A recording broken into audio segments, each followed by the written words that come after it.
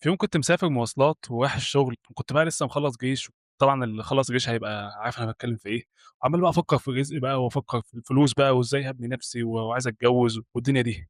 سبحان الله عدّيت على آية يعني آية غريبة جدًا وعجيبة جدًا، حسّستني إن هو رزق إيه اللي بتجري عليه ودنيا إيه اللي بتجري عليها يعني دنيا أحقر مما نتخيّل يعني. آية حسّستني إن أغلى حاجة في حياتك هي دينك.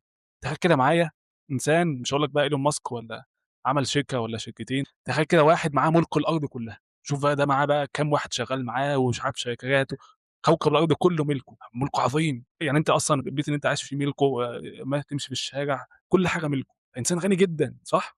بس الإنسان ده يعني كسب الدنيا أهو، وفي حسابات الدنيا هو ناجح جدًا، بس الإنسان ده إيه، كفر بالله، فخسر دينه. خسر أهم حاجة في الدنيا.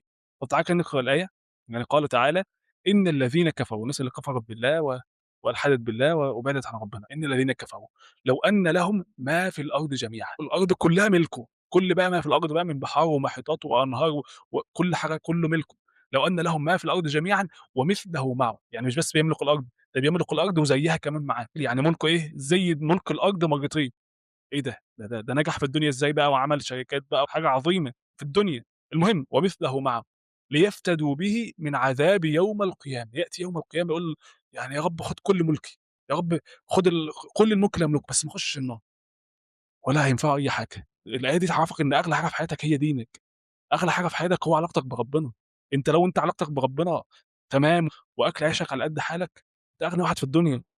على عكس واحد تاني، واحد لو ملك الدنيا كلّها ومعاه فلوس الدنيا كلّها ولكن كافر بالله أو بعيد عن الله أو ده في قمة الفقر، ده خسران أوي، وهو مش كسبان ولا حاجة. فالعبرة إيه، بحسابات الدنيا والآخرة، العبرة مش بالدنيا بس، العبرة إن إحنا هننجح في الدنيا وفي الآخرة، هو ده النجاح الحقيقي. فربنا قال: "ليفتدوا به من عذاب يوم القيامة ما تُقبِّل منهم." ما يتقبلش منهم ولا ينفعهم أي حاجة، ولهم عذاب أليم ويعذبوا يوم القيامة. فده يحسسك اللي هو أنا أغلى حاجة في حياتي ديني، أنا لو علاقتي حلوة بربنا وأكل عيشي على قد حاله، أنا غني، أنا غني بديني، على عكس واحد تاني لو ملك الأرض كلها وكفر بالله لا ينفعه شيء. فأنت حِس بغنى بدينك.